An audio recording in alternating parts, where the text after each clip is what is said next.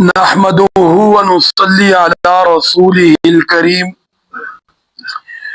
أما بعد فأعوذ بالله من الشيطان الرجيم بسم الله الرحمن الرحيم وكم من ملك في السماوات لا تغني شفاعتهم شيئا إلا من بعد أن يأذن الله لمن يشاء ويرضى إن الذين لا يؤمنون بالآخرة ليسمون الملائكة تسمية الأنثى وما لهم به من علم إن يتبعون إلا الظن وإن الظن لا يغني من الحق شيئا صدق الله العظيم. درود شریف پڑھ لیں. اللهم صل على محمد وعلى آل محمد كما صليت على إبراهيم وعلى آل إبراهيم إنك حميد مجيد. اللهم بارك على محمد وعلى آل محمد كما باركت على إبراهيم وعلى آل إبراهيم إنك حميد مجيد. اللهم صل على محمد افضل الصلوات. 27واں پارہ سورۃ النجم اور دوسرا رکوع کی آج ابتدائی 3 آیات مبارکہ تلاوت کی گئی ہیں اور سورت کی آیت نمبر 26، 27 اور 28 تلاوت کی گئی.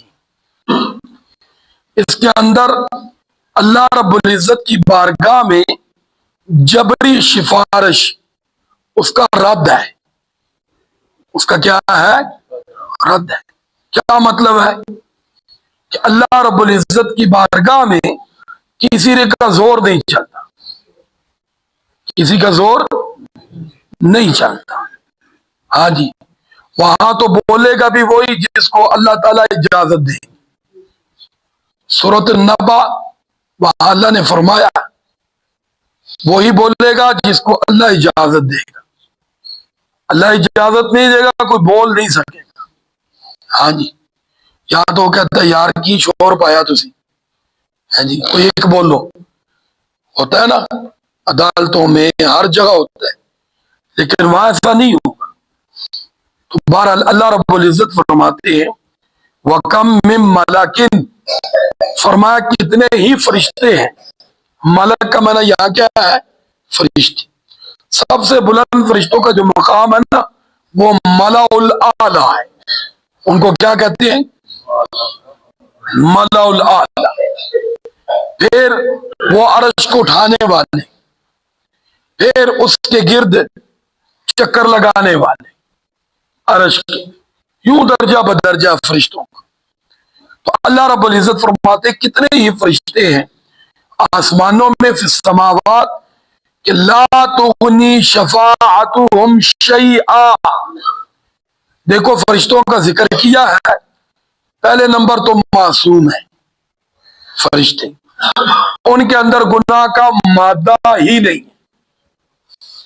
گناہ کا تقاضا ہی نہیں، اور پھر ان کے اندر اللہ کی نافرمانی والا مادہ بھی نہیں. جو حکم دیا بس وہی کرنا ہے، اس سے ایک لمحہ بھی آگے پیچھے. تو اللہ رب العزت فرماتے ہیں کہ جب ایسی مخلوق جو نورانی بھی ہے، ہر لمحہ اللہ کی فرما برداری میں بھی ہے.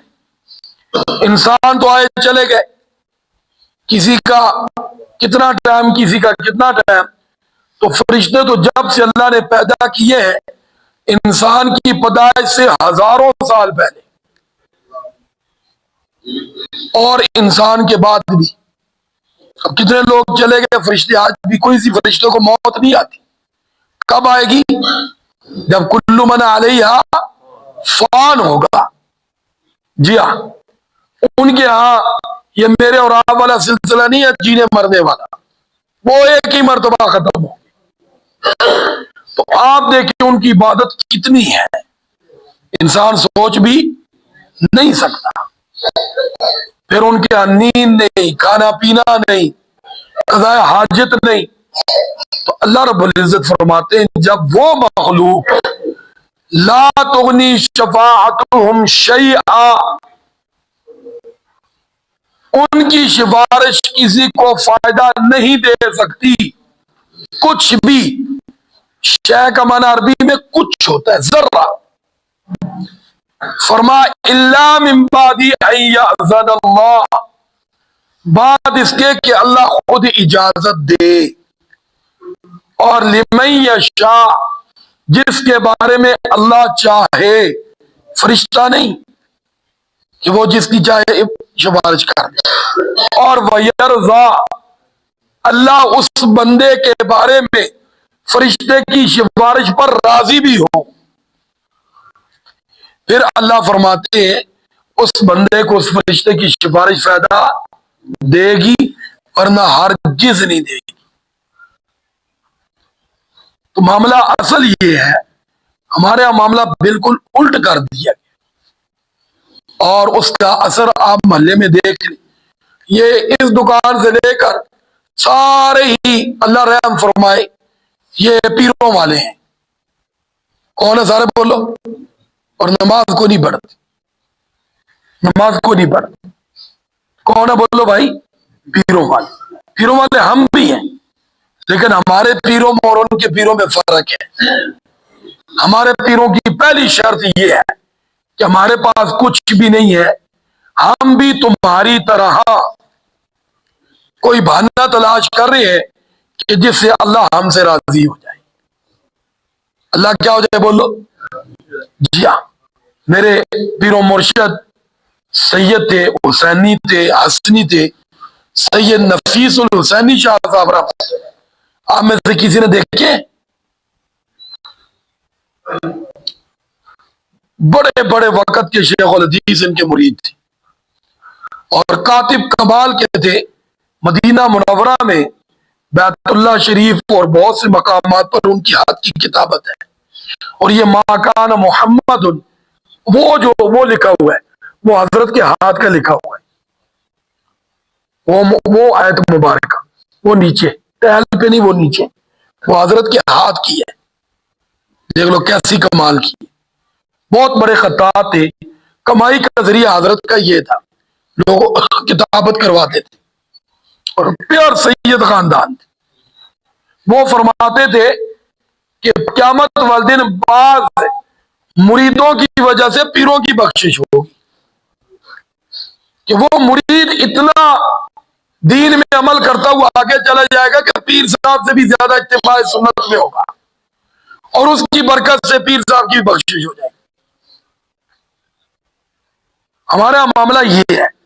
اور وہ فرماتے تھے پیری مریدی اصل میں کسی کو گواہ بنا کے توبہ کرنا ہے، اس کی پوجا کرنا نہیں ہے، اسے مانگنا نہیں ہے، اس کو اللہ کا شریک نہیں سمجھنا. لیکن جو ان کو الٹ سمجھتا ہے وہ آپ جانتے، وہ کہتے ہیں پیر پڑھتے ہمیں پڑھنے کی لوڑ ہی نہیں. پہلے بھی عرض کیا، جیل سے خاتون پڑھنے آتی تھی، اس نے کہا کہ میری بہو نماز نہیں پڑھتی، اور کہا کہ اس کو کہو. وہ کہنے لگی کہتے، وہ کہتے میری جگہ ساڑھے پیر پڑھ لیتے. ہاں جی. وہ پیر صاحب کو 6 ماہ بعد، سال بعد وہ نذرانے پیش کرتے ہیں. ہمارے یہاں نذرانوں والا چکر کوئی نہیں ہوتا. یہ جو ہے نا تبلیغی جماعت کے اس وقت جو امیر ہیں، وہ یاد رکھنا سب سے بڑے پیر ہیں. مولانا نذر الرحمان صاحب خواجہ خان محمد صاحب رحمۃ اللہ کے خلیفہ ہیں. لیکن وہاں توبہ ہوتی ہے، یعنی گناہوں سے توبہ، شرک سے توبہ، نماز نہیں چھوڑوں گا، والدین کی فرما برداری کروں گا، اس کا نام پیری مریدی. نیکی کا کام کروں گا، گناہ سے کیا کروں گا. اور ادھر تو معاملہ الٹا میرے بھائی، ادھر تو آقا اور غلامی والا چکر ہے. جی. کمائے گا مرید، کھائے گا پیر، نمازیں پڑھے گا پیر، بخشوائے گا مریدوں کو. ادھر تو سلسلہ الٹا ہے. اس کا اس آیت میں واضح رد ہے، اور سمجھا دیا کہ جب فرشتوں جیسی مخلوق ان کی سفارش اپنی مرضی سے کرنا چاہے تو کسی کے کام نہیں آ سکتی، تو یہ مولوی اور پیر بچارے کس بات کی مولی ہے؟ ان کی کمائی کس کھاتے کی؟ کہ میں اپنا بتاتا ہوں کہ نیکیاں اللہ معاف کرے کیا ہے، گناہ تو اللہ اپنے رحمت سے معاف ہی فرما دے۔ ہمیں تو اپنا نہیں پتا کہ بنی کیا بننا ہے، ہم کسی کو کیا وہ کہتے سرٹیفکیٹ دے، سند دے۔ ہاں جی، شاید آپ کی برکت سے اللہ میری بھی بخشی فرما دے، یہ کہنے سننے کی برکت سے اللہ رحم والا معاملہ فرما دے۔ تو اس لیے بہرحال اس آیت میں بڑی بات واضح ہوگی، ایک تو جس کے بارے میں اللہ چاہے گا اور جس کو اللہ اجازت دے گا، اور یہ انبیاء کے بارے میں بھی یہی بات ہے کہ نبی بھی اس کی سفارش کریں گے جس کے بارے میں کون چاہے گا، اور جس کی اللہ بخشش کرنا چاہے گا۔ جی ہاں، پھر آگے اللہ رب العزت نے فرما دیا ان الذین لا یؤمنون بالآخرہ، یہ فرشتوں کو اللہ کی بیٹیاں کہنے والوں کے بارے میں فرمایا پہلی خرابی ان میں یہ ہے کہ یہ آخرت پر ایمان نہیں لاتے، مشرکین مکہ۔ دوسری بات لیسمون الملائکۃ تسمیۃ الانثیٰ، انہوں نے فرشتوں کا نام انثیٰ عورت کو کہتے ہیں، عورتوں کے نام پر یہ جو رکھ لیا ہے یہ انہوں نے رکھا ہے، اللہ نے نہیں فرشتوں کو عورتوں کہا، اللہ نے نہیں فرمایا فرشتے عورتیں۔ کس نے بنائی ہیں؟ بولو، فرشتے کس نے بنائے؟ اللہ نے نہیں فرمایا وہ عورتیں۔ اچھا، انسان نے فرشتے کو دیکھا ہی نہیں ہے اور وہ کیسے کہتا وہ عورتیں؟ وہ کیسے کہتے ہیں؟ کسی انسان نے، پاک پیغمبر صلی اللہ علیہ وسلم نے بھی فرشتوں میں دیکھا تو صرف کس کو دیکھا؟ بولو، اور وہ بھی آپ کیا سمجھتے ہیں کہ ان کے وہ اس کیفیت میں نہیں۔ تو اس لیے میرے بھائی انسان کو تو پتہ ہی نہیں، اور اتنا بڑا دعویٰ، نعوذ باللہ۔ اللہ فرماتے ہیں نا دوسری جگہ، کیا تو اس وقت موجود تھا جب میں پیدا کر رہا تھا کہ تو نے دیکھا ہو کہ وہ مؤنث ہے؟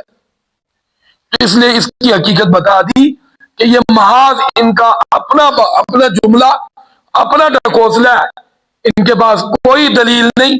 آگے فرمایا ما لہم بہ من علم، کوئی علم ان کے پاس نہیں، کوئی انسان کے پاس علم نہیں۔ کس کے بارے میں؟ بولو، فرشتوں۔ اس لیے وہاں بھی ہمارا ایمان یؤمنون بالغیب، بس۔ اب دیکھو یہاں موجود ہے فرشتے، ہمارا ایمان ہے کہ جہاں اللہ کا ذکر ہوتا ہے اس مجلس کو فرشتے کیا کر لیتے ہیں؟ آپ میں سے کسی کو نظر آ رہے ہیں؟ پھر ہم مذکر مؤنث کیسے کہہ سکتے ہیں؟ اور ان کے اندر یہ جنس بھی نہیں ہے، یہ ذہن میں رکھیں، کیونکہ آگے وہ آپس میں ملاپ سے نہیں بڑھتے، اللہ اپنی قدرت سے پیدا کرتا ہے۔ کیسے پیدا کرتا ہے؟ بولو، ان کا پیدا ہونے کا سلسلہ میرے اور آپ کے پیدا ہونے والے سلسلے والا نہیں ہے۔ اللہ رب العزت فرماتے ہیں إِن يَتَّبِعُونَ إِلَّا الظَّنَّ، یہ نہیں پیروی کرتے سوائے ایک گمان کے، یعنی اپنی دماغی خرافات ہے، ان کے پاس کوئی دلیل نہیں۔ یہی وجہ ہے کسی مشرک سے بھی آج بھی دلیل پوچھ لو، وہ ابے اور دادے کو پیش کرے گا، قرآن حدیث کی کوئی بات پیش ہے؟ مولوی اور پیر کو پیش کرے گا، قرآن حدیث کی بات پیش ہے؟ پوچھ لو کسی سے بھی۔ اب جس طرح ہم کل 7واں 40واں پوچھتے ہیں قرآن حدیث میں کہاں ہے، تو جواب کیا آتا ہے؟ اسی کو گالیاں دینے ہیں۔ بتاؤ یہ دلیل ہے؟ سارے بولو بھائی یہ دلیل نہیں ہے، اور وہ جواب کیا دیتے ہیں؟ اسی کو گالیاں دینے ہیں، اسی قرآن ہی تو پڑھتے ہیں۔ تو بھائی اس موقع پہ جو خاص تم نے قرآن پڑھنا لازم کیا ہوا ہے، لوگوں کو جمع کیا ہوا ہے، نہ پڑھنے والوں کو ملامت کرتے ہو، تو اس کے بارے میں تو قرآن حدیث ہونا چاہیے، اس کے بارے میں یہ بات نہیں قابل قبول۔ اور اسی طرح کوئی معاملہ بھی آپ لے لے جو من گھڑت بنایا ہوا ہے، سب سے بڑی ان کی دلیل یہی ہوتی ہے اسی کوئی ہوتے گالیاں دینی ہے. اور یہی قرآن کہہ رہا ہے الا ظن، ان کا اپنا گمان ہے. جو دین کا معاملہ ہوگا نا اس میں میرے بھائی بات چلے گی دلیل سے، اور دلیل ہوگی قرآن اور حدیث سے. سارے بولو کس سے ہوگی؟ بس اس میں ہماری اپنی باتیں نہیں چلے گی. اب وہی بات ہے، ہم فرض کی 2 کے بجائے 3 پڑھ لیں، ہم نے تیسری رکعت میں نعوذ باللہ گالیاں دینی ہے. سارے بولو تو وہ قابل قبول ہے؟ کیوں نہیں ہے؟ جب حکم 2 ہے تو ہم تیسری بنانے والے کون ہیں؟ تو اس لیے اللہ رب العزت فرماتے ہیں وَإِنَّ الظَّنَّ لَا يُغْنِي مِنَ الْحَقِّ شَيْئًا، بے شک یہ جو گمان ہوتا ہے نا یہ حق کے معاملے میں کوئی حیثیت نہیں رکھتا. بولو حق کے معاملے میں کوئی حیثیت نہیں رکھتا.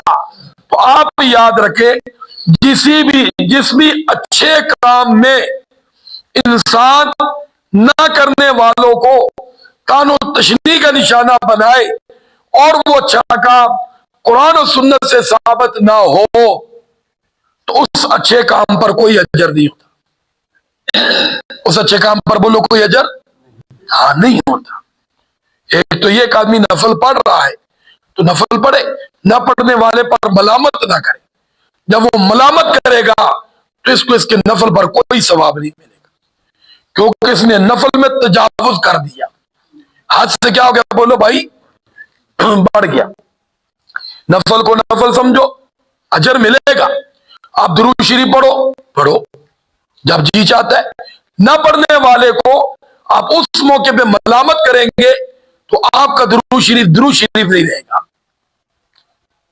ملامت جہاں اللہ نے کی ہے اپنے کسی حکم کو چھوڑنے پر، یا پیارے آقا صلی اللہ علیہ وسلم نے اپنے طریقے کو چھوڑنے پر کی ہے، وہی ملامت قابل اعتبار ہے. کوئی بندہ اپنی طرف سے کسی معاملے کو کرے اور نہ کرنے والوں کو ملامت کرے، یہ بندہ غلط ہے. بات آپ کو سمجھ نہیں اوپر سے چلے گی؟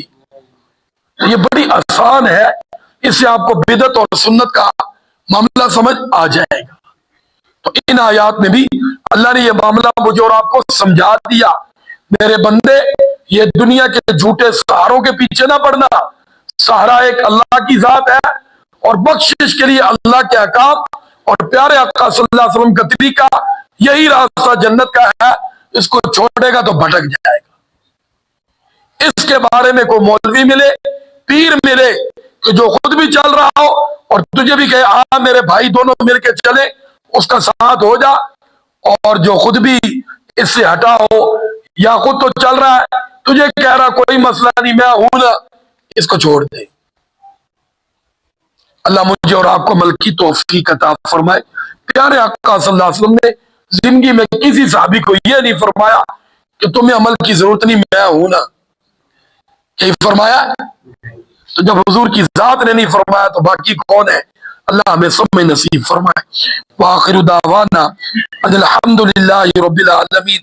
درود شریف پڑھ اللہم صلی علی محمد وعلی آل محمد کما صلیت علی ابراہیم وعلی آل ابراہیم انکا حمید مجید.